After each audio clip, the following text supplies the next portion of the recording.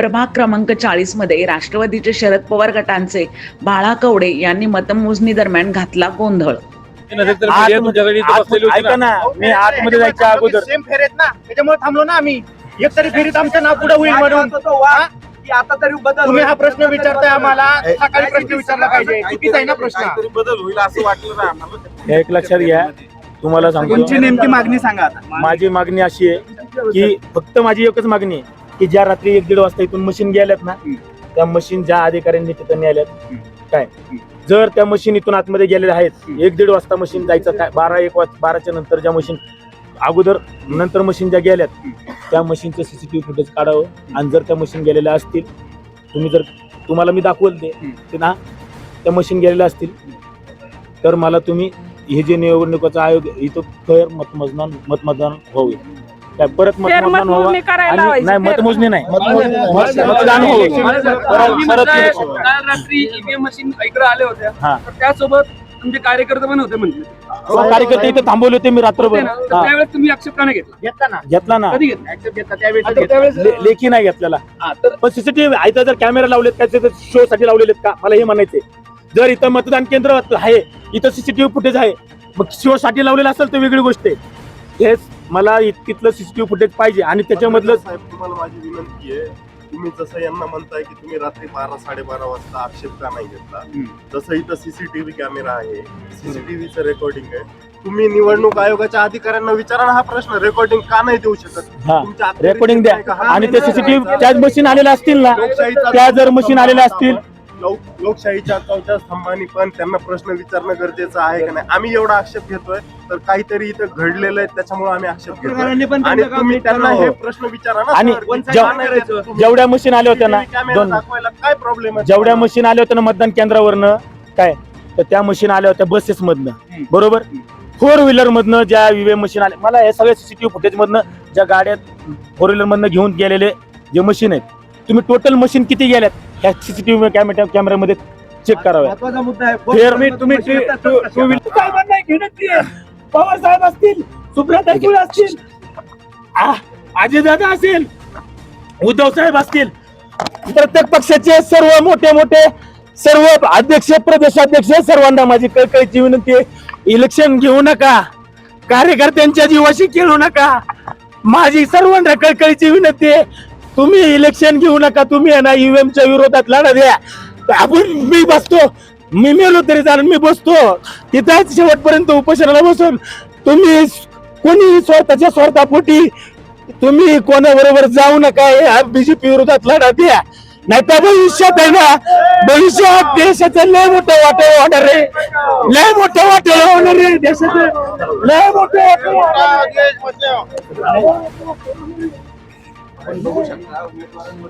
आपण बघू शकताय पोलिस यांना सुरक्षित ठिकाणी घेऊन जात असल्याचे. मी तुम्हाला सांगतो, मी घरी गेलो ना आज, एकत्र या बीजेपीच्या विरोधात. मी देशातील प्रत्येक नागरिकाला सांगतो, बाळा कवडे यांना पोलिसांनी ताब्यात घेतलेले असताना माझ्या जाण्याने जर ईव्हीएम मशीन बंद होत आहे तर मी देशासाठी आहुती घेणार आहे, मी फाशी घेणार नाही. नाही नाही नाही साहेब, मला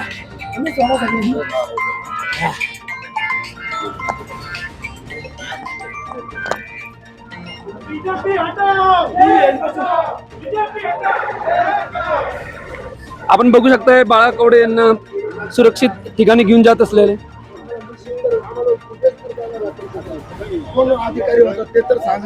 आणि जे तुमचा ज्यांचा विजय झाला म्हणतात ना, तुम्हाला वाटतं तो विजय नाही, तो विजय नाहीये. विजय असतो ना, पैलवान कुस्तीच्या आखाड्यातून उतरला ना, हार जीत असते, पण ती हार जीत आहे ना इमानदारीने व्हायला पाहिजे. त्याला म्हणलं ना असं म्हणजे ही हार जीत नाहीये, इथे आहे ना निव्वळ सेटिंग आहे, सेटिंग हे सेटिंग असणं लय मोठा लोकशाहीला काळीमा. एकही बूथवर साहेब, एकही बूथवर पत्रकार आहेत, आम्हाला एकही बूथवर लीड नाही. आमचं मला सगळ्या माझ्या मतदार बंधू भगिनींना सांगायचंय, आज काही होऊ द्या, माझे जे हार असू द्या, काय असू द्या, माझा नंबर आहे 9762 463 463. तुम्ही माझ्याशी कायम, तुम्ही माझ्यासाठी मतदान केलंय, मला माहिती आहे, मी जिंकून आलेलो आहे, मी तुमचा नगरसेवक आहे, मी तुमच्या कायम संपर्कात राहील. आणि मी कायम तुमचं काम करणार. मी कामाला कधी हटणार नाही आणि मी कुठल्या हुकुमशाहीला जुमानत नाही.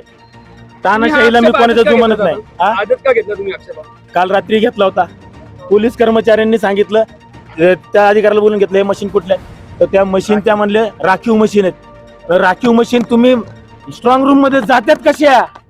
राखीव मशीन स्ट्रॉंग मध्ये रूम मध्ये जातात कशा? काय संबंध येतो राखीव मशीनचा? माझं हा म्हणणं आहे, तुम्ही राखीव मशीन मग तुम्ही सांगा, पोलीस अधिकाऱ्यांनी सांगा, तिथल्या निवडणूक आयोगाने सांगावं की बाबा या राखीव मशीन चालतात तिथं म्हणून. जर तिथं मशीन जर आल्यात, मतदान करून आल्यानंतर राखीव मशीन येतात का, हा माझा आक्षेप आहे. राखीव मशीन दुसरा बरं ऐकून घ्या ना. मतमोजणीच्या तिथून फेरी चालू आहे, 8वी 9वी फेरी चालू आहे. तुमचा सकाळपासून हा प्रॉब्लेम लक्षात नाही आला का रात्री? आला त्याच्यावरती काही उत्तर आला होता. मी कंटिन्यू बोलत होतो, सगळ्यांशी बोलत होतो, मी सगळ्यांशी बोलत होतो. पण सर्व आरोशी संपर्क का नाही केला? फेरीमध्ये बदल आरोशी संपर्क का नाही आरोशी केला? संबंध कारण मी गेलो आतमध्ये चाललो होतो. आरोशी संबंध आरो म्हणतायत की या मतमोजणी तुम्ही पूर्ण होऊ द्या. लेखी लेटर सर द्यायला पाहिजे सर होतं त्यांना. आम्ही तेच आमचा मुद्दा होता की आम्ही आरोंना सांगितलं होतं की हे ऑब्जेक्शन आहे आमचं, आम्हाला फुटेज दाखवा. तर आरो म्हणतायत की मतमोजणी होऊ द्या, मतमोजणी कंप्लीट झाल्याच्या नंतर तुमचं ऑब्जेक्शन द्या.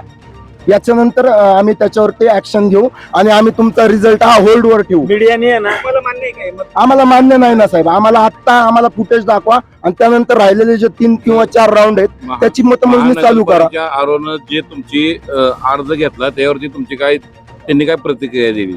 मतमोजणी थांबवली का याच्यावर? नाही, थांबवत नाहीयेत. आरो सांगतायत की आम्ही मतमोजणी थांबवू शकत नाही, असा नियम नाहीये. तुम्ही हे दिलंय का, अर्ज दिलाय का त्यांना? अर्ज आम्ही देतच होतो साहेब, आम्ही अर्जही दिलाय. अर्ज दाखवता का आम्हाला? तुम्ही दिलेला अर्ज अर्ज दाखवा. दोन राऊंड होण्याच्या आधी आम्हाला इथे बघून बोला ना साहेब. आम्हाला सीसीटीव्ही कॅमेरे दाखवण्यात यावे आणि त्याच्यानंतर इथे बघून बोला, इथे बघून बोला, इथे बघून बोला. चेंज केले गेले. 8,000 लोक मी आता आणू शकतो. या द्या तुम्हाला सर. सांगतो, ऐका. रात्री 1 ते 1:30 वाजता लोकशाहीचा गाळा मी इथं पोरं थांबवली होती. ताई. मी इथं पोरं थांबवली होती BJP माझी. चे कुठल्याच ऑफिस आणि धावणार EVM नाही, मशीन फोन टाकणार आम्ही. ज्या शाळेतनं गाडी येत होती ना, त्या शाळेत त्या गाडीच्या पाठीमागे माझी पोरं होती. या UIT कॉलेजचे मशीन मधून यायला पाहिजे ना, त्यांनी त्या गाडीतून खडी मशीन चौकात इकडे आणली. रोजलँडची मशीन ची गाडी तिथून असे इकडे गेली कात्रज साईडला, मधून इथून यायला पाहिजे ना, इथून गोकुळनगर वरून आम्हाला एकही मुद्दोर नाहीये, एकही त्यावेळेला मुद्दोर. व्हिडिओ शूटिंग करायला लागले पोरं त्या वेळेला. मुद्दोर नाही. परत ज्या बस होत्या त्या एक ठीक होतं, बसमध्ये मशीन आले ते एक ठीक होतं. 4 व्हीलर मध्ये पण मशीन आल्या तिथं. 4 व्हीलर मध्ये मशीन आल्यात.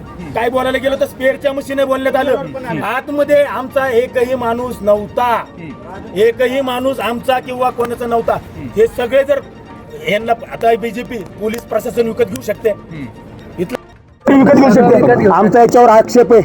मशीन आल्या तिथं आम्ही बोललेलो आहे, मला सीसीटीव्ही फुटेज पाहिजे, नंतर मतमोजणी घ्या, माझं एवढंच म्हणणं आहे.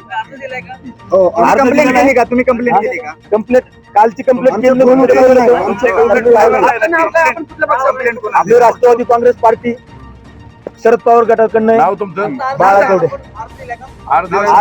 अर्ज दिलेला आहे, आमच्या आता दिलेला अर्ज. कोण घेतला नाही. आरो साहेबांनी 10 फोन लावले कार्यकर्त्यांनी. सुरेश रुपये बाळाकवडे, सुरेश रुपये बाळाकवडे. आणि ऐका, इथं अर्ज देऊन हा, या तुम्ही पण या. 2 तासापूर्वी अर्ज दिलेला आहे. समोर या, समोर या. 112 आम आदमी पक्षाचे उमेदवार आहे मी 40 मधून. आम्ही काल 112 बूथ मध्ये फिरलो, त्यापैकी 90 बूथ मध्ये मतपत्रिकांचा क्रम जो होता तो ड पासून लावण्यात आलेला आहे. मतदारांचा संभ्रम केलेला आहे आणि हा मोठा घोळ आहे. तुमची मागणी काय? मागणी काय आहे की फेर मतदान झालं पाहिजे, ही मतमोजणी रद्द थांबली पाहिजे. आमची मागणी आहे. मी पत्रकारांना सांगतो, का आम आदमी पक्षाला कोणीच प्रकाश हातात घेत नाही आणि आमची मागणी लावून धरा तुम्ही. आक्षेप आमचा असा आहे की ड मशीन पहिली लावली गेली, नव मशीन शेवटी लावली गेली. अ मशीन ही पहिली लावली गेली पाहिजे. मतदारांचा संभ्रम आणि गोंधळ झालेला आहे. मतदार एक मिनिट हा विषय काल का ना तुम्ही बोलले? काल बोलले कुणाशी बोलले मॅडम जे आहेत जे ARO आहेत त्यांना मी फोन करून सत्य जी काही परिस्थिती आहे नाव सांगा गवर साहेब कोणीतरी आहेत ते आहेत ARO आणि ARO जे आहेत पानसरे मॅडम आहेत त्यांना आम्ही आम्ही जास्त हे नाही काय केलं की म्हणलं मतदार प्रक्रिया बंद पडेल म्हणून तिथं जास्त गोंधळ घातला नाही त्या विषयावर. जेवढं होता होईल तेवढं म्हणलं मतदान होऊ द्या काय. आणि याच्यामध्ये इथं यांनी आजच्या प्रभागातले नागरिक मतदान करायला राहिला गोकुळ नगरला, आश्रम नगर, येवलेवाडी मतदान येवलेवाडीला टाकण्यात आलेलं आहे यावेळेस. आणि कोंडव्याचं मतदान येवलेवाडी सिंहगड, गोकुळनगरचं मतदान कोंडव्यामध्ये सिंहगड कॉलेजला. अशा पद्धतीने आमचे मतदार बाहेर निघू नये, त्यांची गैरसोय होईल या पद्धतीचं आमच्या विरोधकांनी राजकारण केलेलं आहे. पण अतिशय चुकीचं आहे, निंदनीय आहे आणि संविधानाला काय विरोध असणार आहे. काय आमच्या मशीन घोटाळा आहे. बाळाभाऊ पवार 100% कार्यकर्ता म्हणून काम करतो. 100% ईव्हीएम मशीन घोटाळा आहे. आणि एवढा मोठा इथं बंदोबस्त आहे, एवढा मोठा पोलिसांचा बंदोबस्त आहे. तुम्ही त्यांच्याशी कंप्लेंट केली का? त्यांचं उत्तर काय? कॅमेऱ्याचा फुटेज पाहिजे. हे आता इथं जे केलं ते केलं. काल जिथं ज्या वेळेला आतमध्ये आम्ही विचारपूस केली त्यावेळेला पोलीस कर्मचारी होते, त्यांच्या समोर सांगण्यात आलं होतं की ह्या मशीन ज्या आहेत त्या फक्त राखीव मशीन आहेत. राखीव डेमो मशीन इथं यायचा काय संबंध येतो? वसीम मग एक लक्षात घ्या ना, सीसीटीव्ही फुटेज मध्ये दिसेल ना, नाव नाही माहिती, सीसीटीव्ही फुटेज मध्ये सगळं तेवढ्यामुळेच म्हणतोय मी की फेर मतमोजणी घ्यायच्या अगोदर ही जी पूर्ण कंप्लीट करायच्या अगोदर सीसीटीव्ही फुटेज दाखवा आणि त्या अधिकाऱ्यांची त्या पोलिसांची चौकशी करा. एवढंच माझं म्हणणं आहे. कारण मी त्यावेळेला होतो जेजुरीला दर्शनाला गेलो होतो आणि पोरं इथं होती, तर त्या मशीन आल्यानंतर पोरांनी ऑब्जेक्शन घेतलं. त्यानंतर मी फोनवर बोललो तर त्यांनी सांगितलं की त्या राखीव मशीन आहेत, स्पेअरला मशीन ठेवलेलं आहे. स्पेअरच्या मशीन कधी आल्यात गाडी? किती वाजता आल्यात? 1-1:30 वाजले होते. माझा फोन पारस मुथा यांचा रिपोर्ट.